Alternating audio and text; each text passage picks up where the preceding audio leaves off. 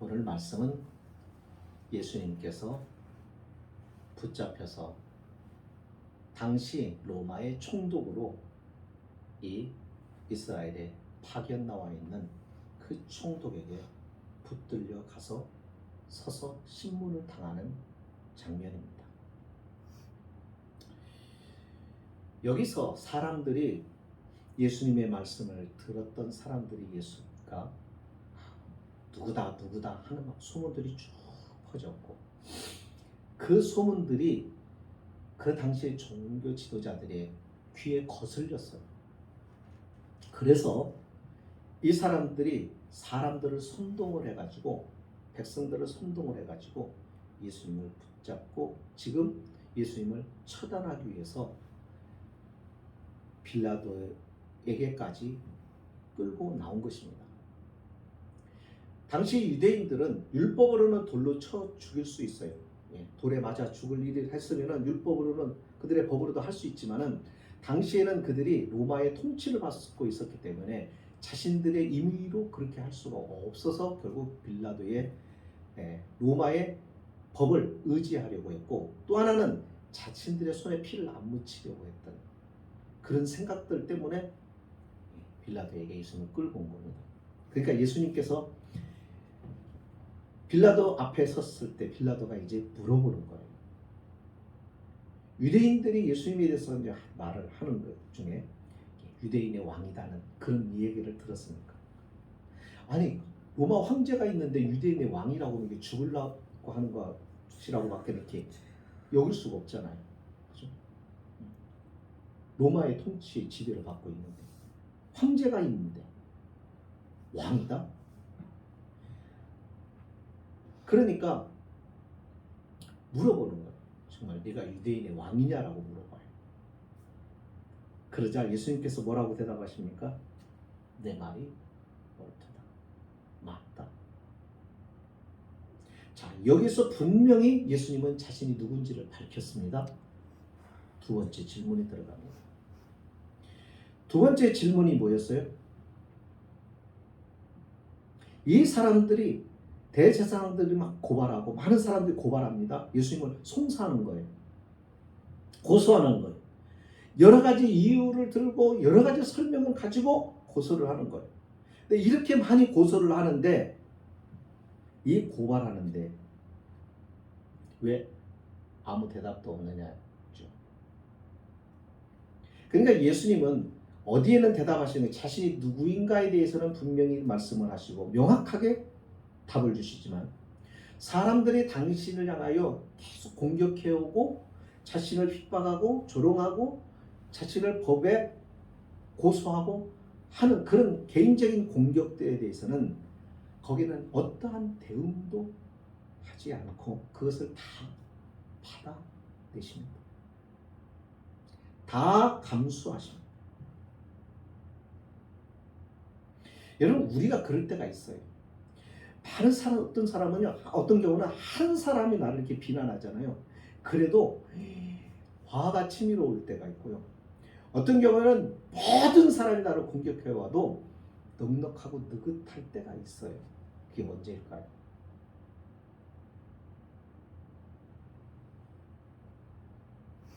자신이 행한 일이 정의로울 때, 자신이 행한 행동이 정당한데, 그런데 그 사람들이 자신을 모르고 자기를 오해해서 그랬을 때, 그리고 이 정의가 자신이 행한 것이 언젠가는 확실하게 드러나고 밝혀질 것을 확신할 때, 사람들의 공격이 전혀 두렵지가 않죠. 예수님 또한 마찬가지입니다. 예수님이 침묵하고 있는 이 내용은 다른 것이 아니라 자신에 대한 공격하는, 자기의 죄, 자신을 이렇게 고소하는, 죄목을 이렇게 죄 제목을 내걸고 공격하는 이와 같은 것에 대해서 주님은 침묵합니다. 특별히 다른 성경보다도 이 마가복음에서는 예수님이 침묵에 대해서 아주 이렇게 강조하는 것처럼 마가는 기록합니다. 그러면 우리가 여기서 하나 질문을 한번 던져볼 필요가 있어요. 왜 주님은 침묵하실까? 주님이 말씀을 잘 하시잖아요. 주님은 우리보다도 훨씬 더 깊이 또 우리가 볼 수 없는 세계까지 보시고 경험하시고, 주님의 지식은 세상으로부터 온 지식이 아니라 그분은 하나님으로 가지고 있는 지식과 또 그분의 능력은 단순한 인간의 언변의 차원이 아니라 전능하신 하나님의 존재로서의 말로 그분은 사람들을 굴복시키기도 할 수 있고, 그 사람들이 공격하는 입의 그 공격을 그분의 언어로 입을 틀어 막을 수도 있는 분 아니십니까? 그런데 이분은 왜 침묵하시는 겁니까? 우리가 성경을 읽다가 의문이 들 때가 있어요. 그럴 때 의문이 들면은 의문 자체가 이거 불신앙이다 이렇게 생각하면 안 돼요. 의문이 들고 이해가 안 될 때 우리는 그것을 알려고 할 필요가 있어요. 그것을 알되 어떻게 알아요? 분명히 여기서 이 내용이 내가 이해를 못하고 내가 하나님의 지혜의 하나님의 말씀을 다 이게 소화할 수 없는 자이기 때문에 내가 못 알아듣는 것이지 틀린 말은 아니다. 이 말씀이 맞기는 맞는데, 이 말씀이 옳기는 옳은데, 왜 하나님의 말씀이니까 옳은데 내가 지혜가 부족하고 내가 인간이 하나님의 말씀을 이해할 수가 없어서 그런 것이지 하나님의 말씀은 틀린 것 아니야. 그렇다면 여기에는 뭔가 비밀이 있을 것이고 하나님의 지혜가 담겨 있을 것이고 여기에는 하나님의 깊은 뜻이 이 속에 있을 거야. 알고 싶어. 이 생각을 갖는 것은 구원받은 자의 당연한 모습이고 권리입니다. 그렇게 하나님께 말씀을 알고 싶어 다가갈 때 하나님이 보여주세요. 알게 하세요. 그렇지 않고 어쨌든 보니 그렇겠지. 그러면은 간절히 찾는 자, 사모하는 자가 하나님을 만난다고 했잖아요. 그러니까 하나님의 뜻도 그 마음도 알 수가 있는 거죠. 하나님은 그것을 기뻐하세요. 감추기를 원하시는 분이 아니에요. 드러내시기를 원하세요. 보여주기를 원하세요. 알고자 하는 자에게, 찾고자 하는 자에게. 그래서 우리는 이걸 알 필요가 있는 거죠. 왜 그럴까? 주님은 왜 침묵하셨을까? 왜 침묵하셨을까? 이렇게 생각해 보십시다. 왜 침묵하셨을까? 만약에 주님이 이 내용에서 침묵을 하지 않았다면 어떠한 일이 벌어질까요? 분명히 이 사람들의 이야기는 네가 누구냐라는 문제가 아니잖아요. 거기에 대해서 분명히 대답을 했잖아요. 내가 왕이다라고 분명히 대답을 했잖아요. 유대인의 왕이다. 이스라엘의 왕이다. 분명히 대답을 했습니다. 거기에는 대답을 하셨는데 어디에 침묵을 했다고요? 자기의 공격하는 인신공격. 거기에 침묵을 하셔. 그 침묵을 하시는 이유가 만약에 침묵을 하지 않고 자신을 공격하는 사람들에게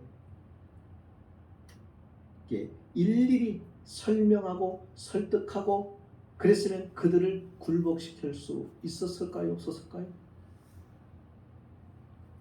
우리도요, 어떤 사람에게 따지러 갔다가 그 사람이 말을 얼마나 잘하는지 갔다가 설득당해서 오는 경우도 있어요.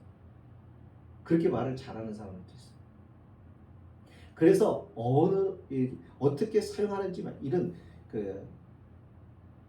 공부를 하기도 해요. 옛날에 왕들은 그 자녀들을 교육을 시킬 때 이런 것들도 전부 공부를 시켰습니다. 훈련을 시켰어요. 왜냐하면 왕이 되면은 통치를 할 때 백성들을 설득하고 신하들을 설득하고 반대 입장을 얘기하는 사람을 설득해서 자기가 의도하는 쪽으로 끌고 가야 되기 때문에 이런 걸 배우죠.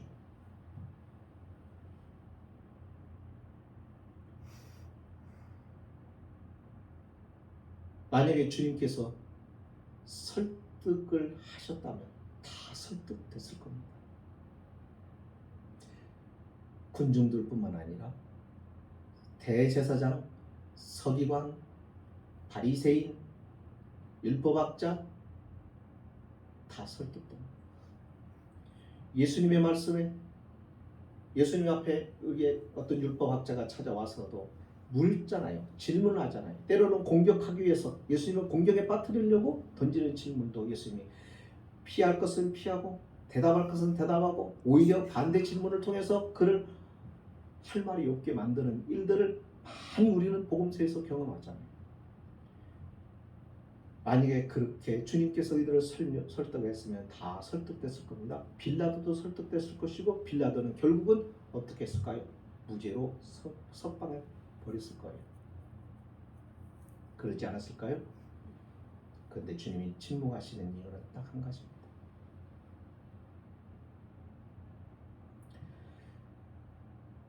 설득하고 설명해서 당신이 자유로워지면 결국은 십자가 지는 일은 없고 십자가 지는 일이 없으면 우리의 죄를 속량해야 할 이유가 사라져버리고 결국 그것은 하나님의 뜻이 아닌 방향으로 갈 수밖에 없는 것이죠. 그러니까 주님은 무엇을 염두에 두었을까요? 자신의 인신공격, 자기를 향한 공격하는 사람들의 그 내용이 흔들린 것이 아니라 자신의 자존감이 흔들린 것이 아니라 자존심이 상한 것이 아니라 그분은 아버지의 뜻을 위하여였고 그 아버지의 뜻을 이루기 위해서 지금 이 자리에 있는 것이니까 아버지의 뜻을 이루기 위해서는 이들의 공격에서도 이들의 십자가로 자신을 몰고 가도 거기에 대해서 다 감당해야 되기 때문에 그래서 그분은 입을 닫으시고 침묵하시는 것입니다. 우리는 여기서 우리가 신앙생활하는 모습을 어떻게 하고 있는지를 한번 주님의 모습과 주님의 모습에 비추어서 한번 봐야 됩니다. 교회 안에서든 가정에서든 우리가 또 사람과의 관계 속에서 다툴 때가 참 많이 있죠. 다툴 때 뭐 때문에 다툴까요?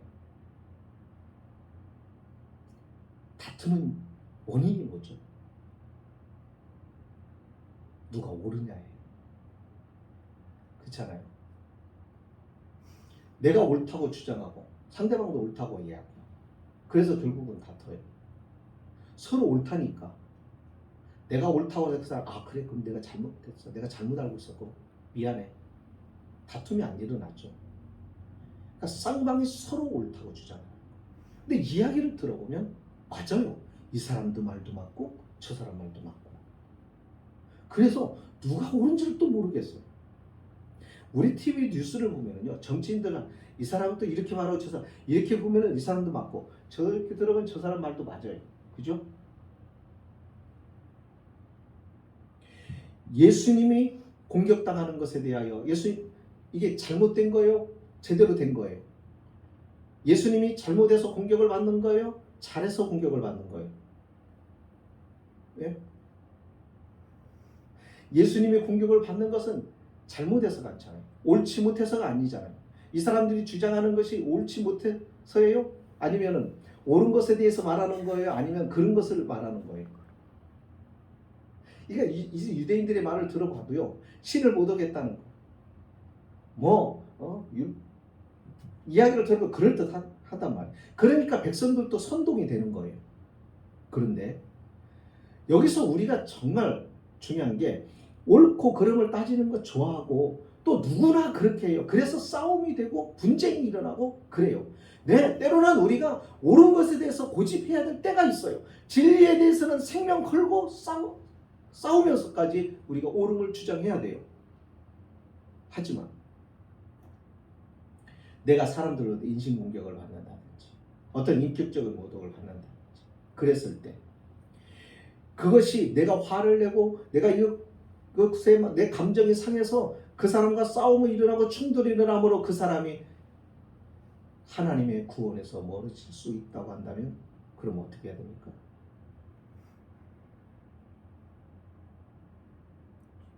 내가 그 사람이 하나님의 구원을 인해서 제외될 수 있고 멀어질 수 있다고 한다면 어떻게 해야 되는 거예요?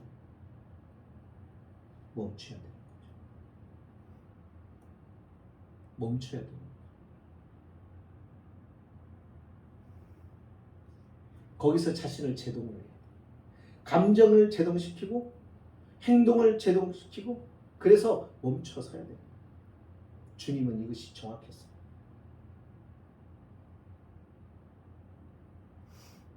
근데 우리는 안 그래요. 나가버려요. 더 나가버려요.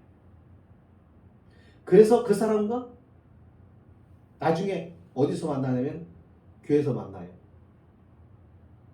그 사람이 와보니까 저때 그 사람 나하고 싸웠던 사람이 이게 다니네.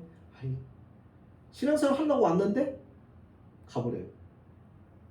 이게 못 나가겠다. 나 저 사람 때문에 이렇게 돼버리는 거죠. 그런 일들이 있거든요.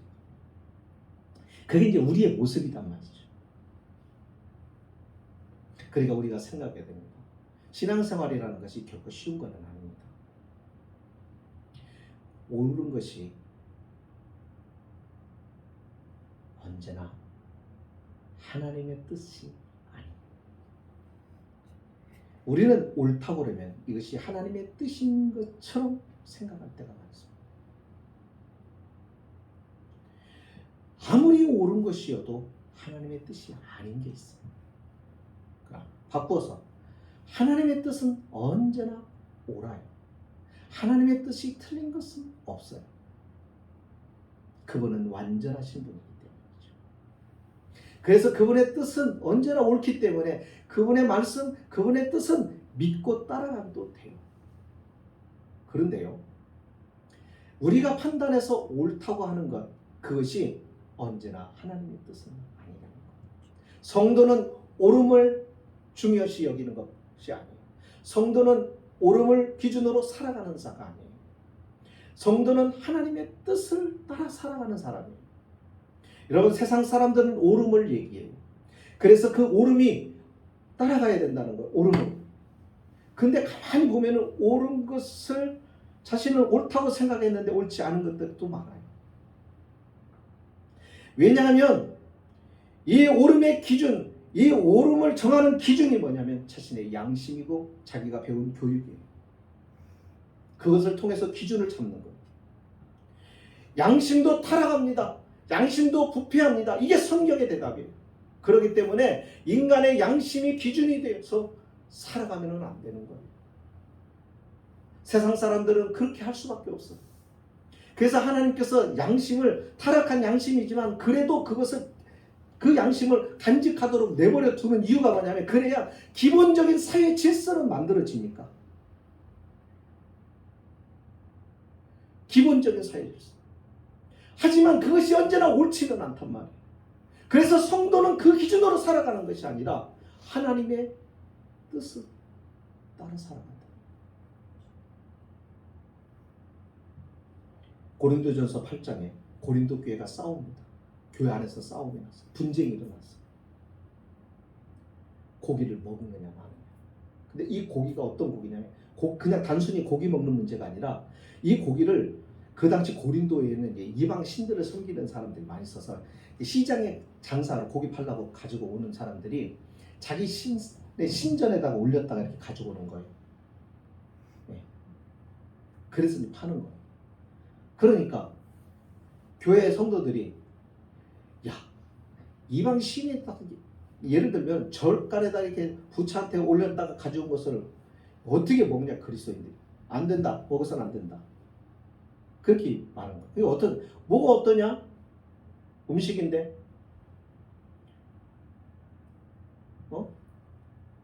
부처가 진짜 있느냐고, 없지 않느냐고.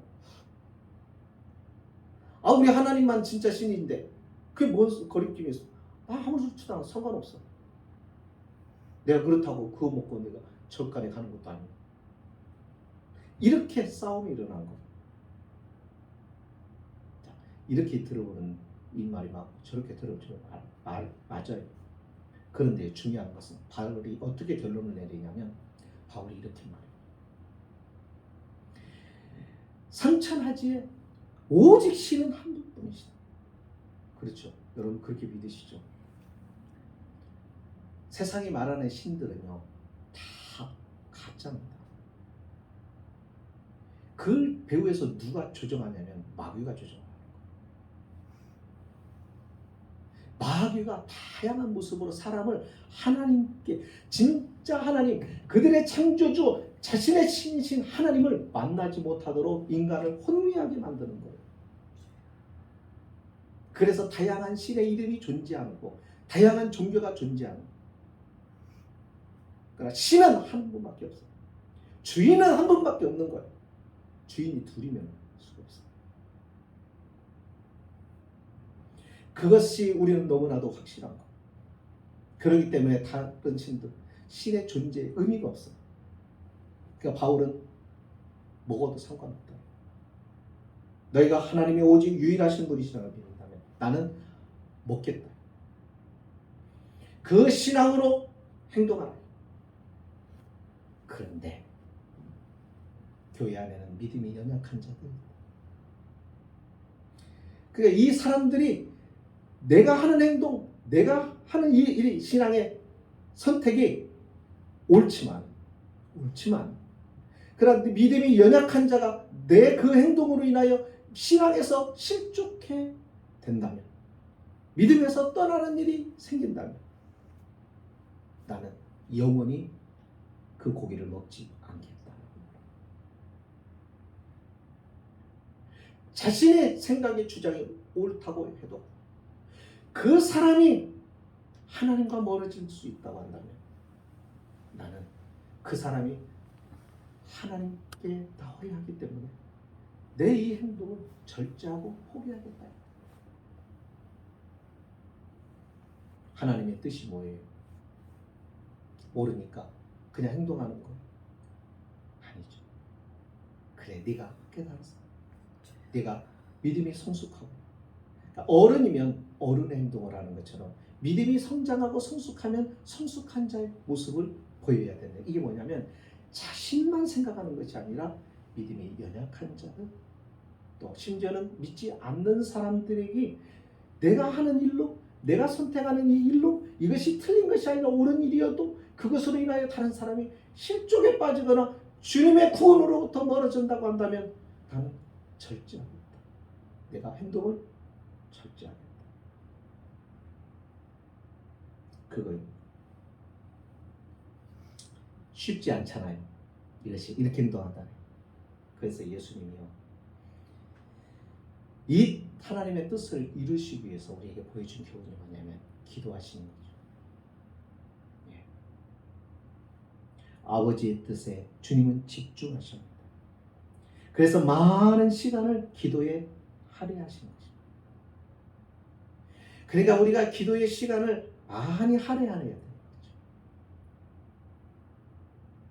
기도의 시간에 갖지를 못하면, 기도의 시간을 할애하지 못하면 머리는 알겠는데 몸이 따라오지 못하고 행동이 따라오지를 못하는 거예요. 주님이 우리에게 보여주신 그 모습은 뭐냐면 주님은 기도해요. 사실 주님은 기도가 필요 없는 분 아니겠어요? 하나님이시잖아요. 하나님이 누구한테 기도를 해요? 그렇죠? 근데 육신을 입고 이 땅에 오셔서 주님이 우리에게 보여주신 행동 하나하나는 다 뭐냐면 사람의 모습에서 우리가 해야 할 신앙의 행동이 이거다라는 것을 삶으로, 그의 생활로, 말로, 모든 인격으로 보여주시는 거예요. 그래서 우리는 항상 목사를 따라가는 게 아니라 주님을 따라가는 거예요. 목사를 기준으로 삼는 것이 아니라 주님을 기준으로 삼는 거예요. 목사를 기준으로 삼고 신앙생활하면 금방 실망합니다. 금방 믿음에서 떠납니다. 목사도 연약하고 실수 많고 허점투성이고 여러분 성도들과 다름없이 다 똑같기 때문에 우리의 신앙생활은 주님이 기준이고 주님이 표준입니다. 그래서 주님을 늘 봐야, 주님을 늘 보면서 그렇게 살아야, 그렇게 하기 위해서 그렇게 기도해야 우리가 주님처럼 살아갈 수가 있는 거예요. 왜 세상의 교회나 성도들에게 실망을 합니까? 왜 목회자들에게 실망을 합니까? 이게 안 되니까 그런 거죠. 옛날에 비해서 기도가 우리가 많이 못해요. 옛날 사람들은 참 기도 많이 했어요. 반짝이는. 이건 보세요. 기도원에 기도하는 교회 기도원들이 별로 없어요. 철야기도 없어졌어요. 그죠? 금식기도 없어졌어요. 못하는 거예요. 가난해서 배고프면서도 했는데 배가 부르니까 이게 안 되는 거예요 또. 그러다 보니까 역적으로요. 그냥 교회는 다니고 교회도 많고 성도도 많고 그러는데 진짜 믿음을 가진 사람들을 찾아보기가 쉽지 않은 이유가 그래서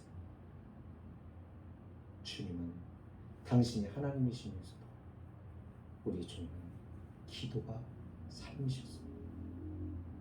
그렇기 때문에 그분은 언제나 자신의 이 세상에 오신 이유와 뜻, 그것이 하나님의 뜻이 무엇인가를 알았어요. 나를 이 세상에 보내신 하나님의 뜻, 여러분을 이 세상에 보내신 하나님의 뜻, 그냥 어쩌다 우연히 태어난 것이 아니라 하나님이 계획과, 하나님은 늘 그러세요. 계획하고 하나님은 어떤 섭리 속에서 보내십니다. 산에 있는 바위 하나도 우리가 아름답다라고 말하고 소나무 한 그루도 아름답게 보여지는 것은 제 자리에, 제 위치에 하나님이 놓으셨기 때문에 그게 가능한 거예요.